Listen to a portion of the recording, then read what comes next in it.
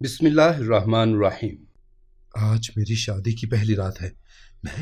میں خوف سے کانپ رہی ہوں کیونکہ ہر کوئی میرے ساتھ بیٹھی اس لڑکی کو میری بہن سمجھ کر خوب عزت دے رہا ہے، مگر یہ کوئی نہیں جانتا کہ چادر میں لپٹی عورت میری بہن نہیں بلکہ میرا عاشق ہے، جو خود عورت بن کر میرے سسرال رہنے آیا ہے، کیونکہ اس کی شرط تھی کہ میں یا تو اس سے شادی کروں یا سسرال میں ساتھ لے کر جاؤں، ورنہ وہ میرے شوہر کو سب کچھ بتا کر میری طلاق کروا دے گا۔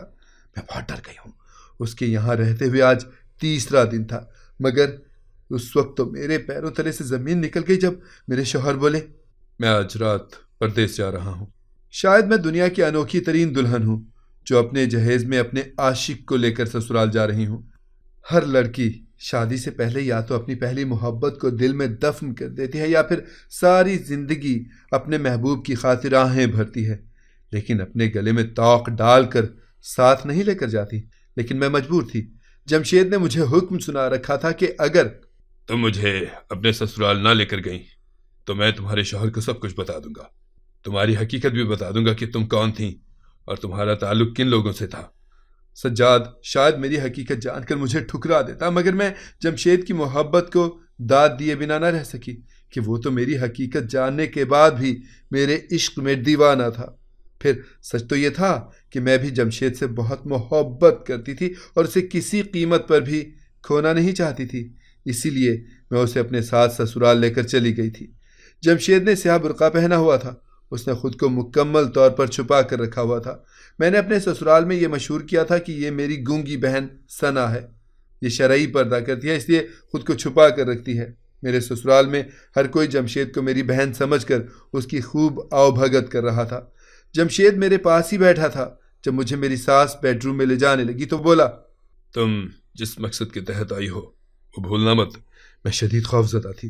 مجھے یہی ڈر تھا کہ کہیں میری حقیقت میرے شوہر کو معلوم نہ ہو جائے۔ میں خود کو 2 کشتیوں کا سوار محسوس کر رہی تھی۔ میں ساجد کی سیج سجائے بیٹھی تھی۔ ساجد نے میرا گھونگھٹ اٹھایا تو وہ مسکرا دیا تھا۔ وہ بولا، تم بہت حسین لگ رہی ہو عالیہ۔ میری خواہش ہے کہ جتنا تمہارا چہرہ شفاف ہے اتنا ہی تمہارا من بھی شفاف ہو۔ میں ایک نہایت ہی سیدھا سادہ سا انسان ہوں۔ میں نے ساری زندگی کسی دوسری عورت کی طرف نظر اٹھا کر نہیں دیکھا۔ میں نے اپنا سب کچھ تمہیں ہی مان لیا ہے عالیہ۔ میں دنیا کی ہر چیز برداشت کر سکتا ہوں، مگر مجھے جھوٹ اور دھوکے سے شدید نفرت ہے۔ تم دھیان رکھنا کہ مجھ سے کبھی جھوٹ نہ بولنا اور مجھے کبھی بھی دھوکہ مت دینا، نہیں تو تم میری نظروں میں اپنی قدر کھو دو گی اور اس گھر میں اپنا مقام بھی۔ میں سوچ میں پڑ گئی تھی کیونکہ میری ساری زندگی ہی جھوٹ پر مبنی تھی۔ میں تو اپنے عاشق کو اپنی بہن بنا کر اس کے گھر لے آئی تھی۔ اگر اسے میرے اس سچ کا پتہ چل جاتا تو میرے ساتھ کیا سلوک کرتا، لیکن میں نے ساجد سے کہہ دیا تھا، میں آپ کے ساتھ کبھی کوئی جھوٹ نہیں بولوں گی۔ صبح ہوئی تو جمشید مجھ سے بولا، تم یہاں اپنے آنے کا مقصد ہرگز مت بھولنا۔ تم یاد رکھنا کہ فقط تم میری ہو اور تم اس گھر میں طلاق لینے کے لیے ہی آئی ہو تاکہ تم میری ہو سکو۔ میں نے اس بات میں سر ہلا دیا تھا۔ تھوڑی دیر کے بعد میری ساس بھی وہیں پر آ گئی تھی۔ وہ ایک جہاں دیدہ خاتون تھی۔ انہوں نے اپنے ماتھے پر بل ڈال کر مجھ سے پوچھا تھا، عالیہ بی بی، تم دونوں بہنیں آپس میں کیا باتیں کر رہی ہو، اور یہ تمہاری بہن کتنے روز اس گھر میں رہے گی؟ میں بولی، آنٹی آپ فکر نہ کریں، یہ جلدی ہی چلی جائے گی۔ جمشید کی شناخت چھپانا میرے لیے بہت مشکل کام تھا۔ یوں سمجھے جیسے ہر وقت میں سولی پر لٹکی رہتی تھی۔ شادی کی رسومات ختم ہوئیں تو سب مہمان اپنے اپنے گھروں کو واپس لوٹ گئے تھے۔ گھر میں فقط میں، ساجد، میری ساس اور جمشید ہی رہ گئے تھے۔ ساجد بہت ہی اچھا انسان تھا۔ وہ میرا بہت ہی زیادہ خیال رکھتا تھا۔ اسے دیکھ کر میں سوچتی تھی کہ اگر میں داغدار ماضی اپنے ساتھ نہ لائی ہوتی تو ساجد جیسا شوہر پا کر میں خود کو دنیا کی خوش قسمت ترین لڑکی سمجھتی۔ یہ اس دن کی بات ہے جب میں اپنے کمرے کی صفائی کر کے اپنے بیگ کو کھولے بیٹھی تھی جو امی نے مجھے شادی کے دن دیا تھا۔ امی نے یہی بیگ میری بڑی 3 بہنوں کو بھی ان کی شادی کے دن تحفے میں دیا تھا۔ میری تینوں بہنیں بیاہ کے کچھ دن کے بعد ہی اپنے شوہروں سے طلاق لے کر اس بیگ کے سمیت گھر واپس لوٹ آتی تھیں۔ میں اس بیگ کو گلے لگا کر رونے لگی تھی۔ مجھے کچھ خبر ہی نہیں ہوئی کہ کب ساجد کمرے میں داخل ہو گیا۔ وہ مجھے یوں روتا دیکھ کر حیران رہ گیا تھا۔ وہ بولا، کیا ہوا عالیہ، تم کیوں رو رہی ہو؟ میں شدید خوفزدہ ہو گئی تھی کہ کہیں میری چوری نہ پکڑی جائے۔ میں نے جلدی سے وہ بیگ اپنی کمر کے پیچھے چھپا لیا تھا۔ ساجد ایک سیدھا سادہ سا انسان تھا، وہ ہر بناوٹ سے پاک تھا، اس سے خبر ہی نہ ہوئی کہ میں اس سے کچھ چھپائے بیٹھی ہوں۔ تھوڑی دیر وہ اپنے دل کی باتیں کرنے کے بعد کمرے سے اٹھ کر چلا گیا تھا۔ میں نے جلدی سے وہ بیگ اٹھایا اور جا کر جمشید کے حوالے کر دیا۔ میں بولی، جمشید تم اس بیگ کو سنبھال کر رکھ لو، مجھے ڈر ہے کہ ساجد کو کہیں مجھ پر شک نہ ہو جائے۔ نہ جانے میں کیوں چاہتی تھی کہ ساجد کو میری حقیقت معلوم نہ ہو جائے۔ شاید میں نے اسے دل سے اپنا شوہر تسلیم کر لیا تھا۔ میں چاہتی تھی کہ جمشید کسی طرح گھر چھوڑ کر چلا جائے اور میں خوشی خوشی اپنے شوہر کے ساتھ زندگی گزاروں، مگر ہم جو چاہتے ہیں پیسا ہوتا ہی کب ہے۔ ساجد میرے ساتھ خوب ہنسی مذاق کرتا، مجھے گھمانے پھرانے لے کر جاتا تھا، جبکہ جمشید یہ سب برداشت نہیں کر پا رہا تھا۔ میں اور ساجد جب بھی باتیں کر رہے ہوتے تو جمشید مجھے اشارے سے بلا لیتا۔ ساجد ہنس کر کہتا تھا، ارے یار تمہاری بہن ثنا ہماری محبت برداشت نہیں کرتی۔ میں جمشید کی بات سننے جاتی تو وہ مجھ پر الگ غصہ کرتا، مجھے بار بار یاد دہانی کرواتا کہ میں اس کی امانت ہوں۔ لیکن ایک دن مجھے ساجد نے بتایا تھا کہ علیہ، میرے ایک دوست نے ہمیں دعوت پر مدعو کیا ہے۔ میں کہیں آنا جانا پسند نہیں کرتی تھی، مجھے خوف رہتا تھا کہ کوئی مجھے پہچان نہ لے۔ یہ سب میرے ہی ذہن کا فطور تھا، کیونکہ کوئی میرے متعلق کچھ جانتا بھی نہیں تھا۔ خیر، میں ساجد کے ساتھ دعوت پر جانے کے لیے خوب تیار ہوئی تھی۔ جمشید مجھے گھور رہا تھا، لیکن اب مجھے اس کی نظروں کی پرواہ نہیں رہی تھی۔ ساجد کے دوست شفیق نے بہت پرتکلف دعوت کا اہتمام کیا ہوا تھا۔ شفیق کی بیوی بھی بہت ملنسار اور اچھی خاتون تھی، اس سے بھی میری خوب دوستی ہو گئی تھی۔ کھانا بہت ہی اچھے ماحول میں کھایا گیا تھا۔ پھر رخصتی کا وقت آ گیا۔ شفیق اور اس کی بیوی ہمیں گیٹ تک چھوڑنے آئے تھے، مگر تبھی شفیق کی بیوی کا بھائی گھر میں داخل ہو گیا تھا۔ میں نے اس شخص کو پہچاننے میں ایک لمحہ بھی نہیں لگایا تھا۔ وہ میری سب سے بڑی بہن سدرا کا شوہر تھا۔ پھر میری بہن نے اسے طلاق لے لی تھی۔ میں شدید گھبرا گئی۔ میں نے ساجد سے کہا، اب جلدی گھر چلیں۔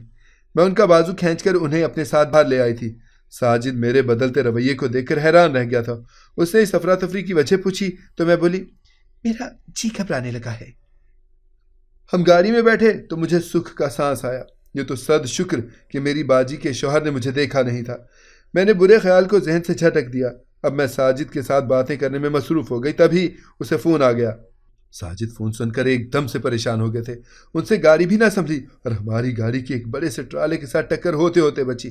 میں نے ساجد سے اس کی پریشانی کی وجہ پوچھی تو وہ بولا، میری لاہور والی فیکٹری میں آگ لگ گئی ہے، بہت زیادہ نقصان ہوا ہے۔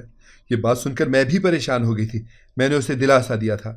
ہم گھر واپس آئے تو یہ دیکھ کر میری حیرت نہ رہی کہ ہماری پڑوسن کی بیٹی کنیز جمشید کے ساتھ ہنس ہنس کر باتیں کرتی نظر آئی تھی۔ ایک دم سے میرے دل کو کچھ ہوا تھا۔ مانا کہ کنیز نہیں جانتی تھی کہ آمنہ لڑکی نہیں ہے، بلکہ چادر کے پیچھے مرد چھپا بیٹھا ہے، مگر جمشید تو جانتا تھا کہ وہ ایک مرد ہے، وہ کسی اور کی محبت ہے۔ میں نے یہ سب دیکھ کر بھی نظر انداز کر دیا تھا۔ ادھر ساجد سر پکڑ کر بیٹھے ہوئے تھے۔ میں ساجد کو دلاسا دیتی تو اس کی آنکھیں بھیگ جاتی تھیں۔ ادھر جمشید مجھے بار بار اشارے کر رہا تھا کہ میں اس کی بات سن لوں۔ میں جمشید کی بات سننے گئی تو وہ بولا، بلاوا آ گیا ہے، ایک دو دن میں تم اپنا کام سمیٹ لو۔ میں اس بات میں سر ہلا کر کمرے سے نکل گئی تھی۔ یہ بلاوا بڑے غلط وقت پر آیا تھا، مگر میں اس بلاوے کو نہ نہیں کر سکتی تھی، کیونکہ میں نے اپنی آنکھوں سے دیکھا تھا کہ جس نے بھی اس بلاوے کو انکار کیا تھا وہ یا تو موت کے گھاٹ اترا تھا یا پھر پولیس کے ہتھے چڑھ گیا تھا۔ مگر میں نے جمشید سے 2 روز کی مزید مہلت مانگ لی تھی۔ میں نے جمشید سے کہا تھا، ابھی کام مکمل نہیں ہوا۔ مگر سچ تو یہ تھا کہ میں ساجد کو اس کٹھن وقت میں تنہا نہیں چھوڑ کر جانا چاہتی تھی۔ نہ جانے کیوں مگر مجھے ساجد کا غم اپنا غم لگ رہا تھا۔ جمشید نے مجھے مہلت دے دی تھی، مگر مجھے دال میں کچھ کالا لگ رہا تھا۔ اس نے فقط میری ہی بات مان کر مہلت نہیں دی تھی، بلکہ وہ خود کسی چیز کی گھات لگائے بیٹھا تھا۔ کنیز ہمارے گھر دن میں 2 بار چکر لگانے لگی تھی۔ ایک دن میں نے کنیز سے کہہ ڈالا کہ کیا بات ہے لڑکی، تمہاری دوستی میری گونگی بہن سے کچھ زیادہ ہی نہیں ہوگی؟ تو وہ شرما گئی تھی۔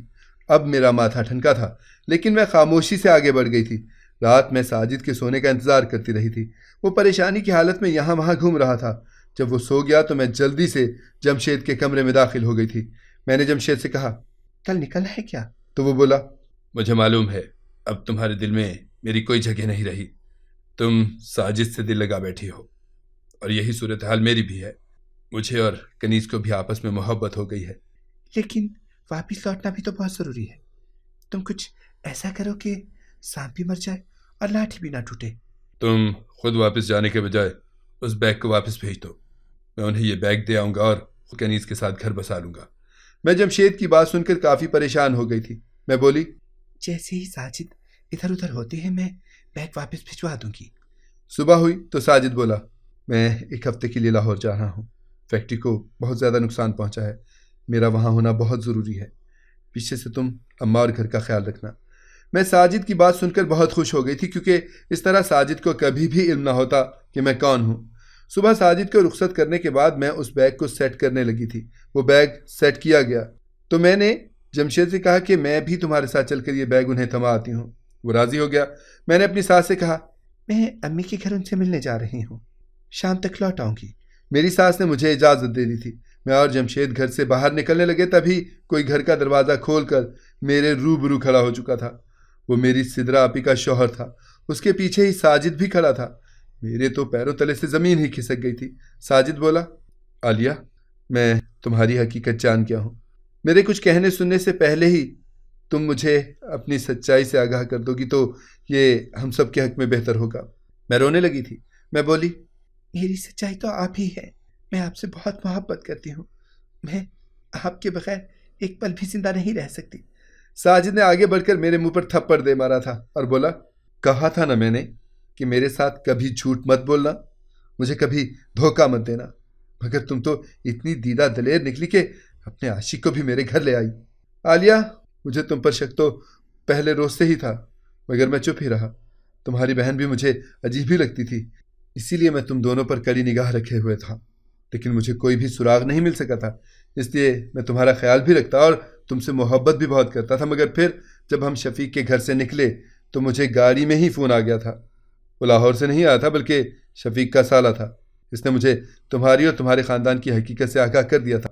اسی لیے اس دن میں اس قدر پریشان ہو گیا تھا.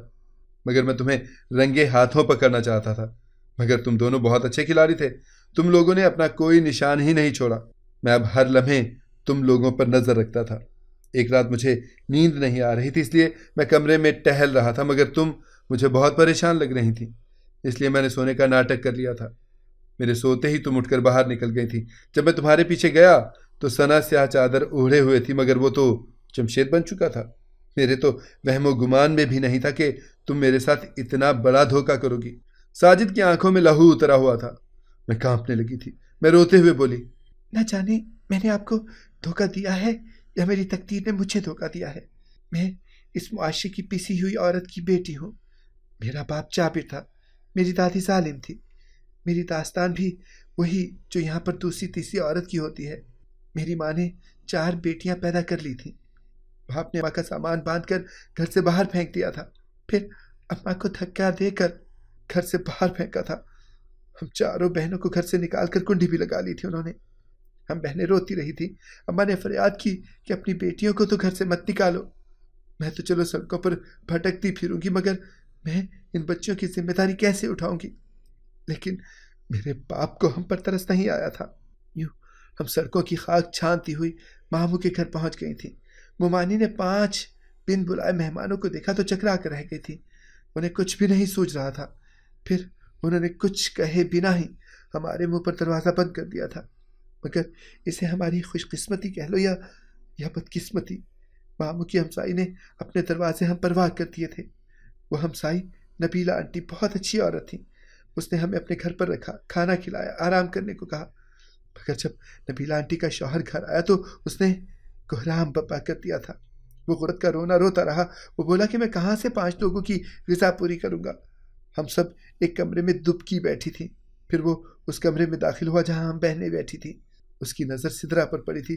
وہ تب 19 برس کی ہو چکی تھی. وہ بولا کہ اے بہن, کیا ہیرا لے کر تم در بدر بھٹک رہی ہو؟ تم جانتی ہو نا آج کل کے گدھ نما مردوں کو. تم ان ہیروں کا جتنا بھی خیال رکھ لو, انہیں بچا بچا کر بھی رکھو گی نا, تب بھی ان پر زمانے کی دھول پڑ ہی جائے گی, کیونکہ ان کے سر پر کوئی والی وارث جو نہیں ہے.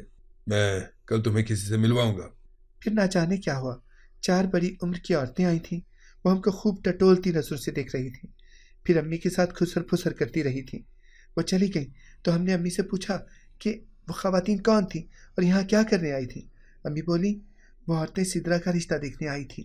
ہم سب بہنیں خوشی سے اچھل پڑی تھیں۔ سدرا باجی شرما گئی تھی۔ اگلے دن وہ عورتیں سدرا باجی کا نکاح کر کے ساتھ لے گئی تھیں۔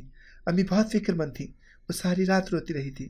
اگلے روز وہی 4 عورتیں آئیں اور امی کو گلے لگا کر بولی تھی کہ مبارک ہو، تمہاری بیٹی اپنے گھر پر بہت خوش ہے۔ پھر وہ سدرا سے چھوٹی رفیہ کا رشتہ بھی مانگ کر لے گئی تھی۔ سدرا کی شادی کو 4 دن ہی گزرے ہوں گے کہ جب وہ سیاہ بیگ سمیت گھر لوٹ آئی تھی۔ اس بیگ میں سونے کے زیورات، نقدی، رقم، ہیرے جواہرات اور نہ جانے کیا کیا تھا۔ پھر کچھ دن کے بعد رفیہ کی شادی ہو گئی۔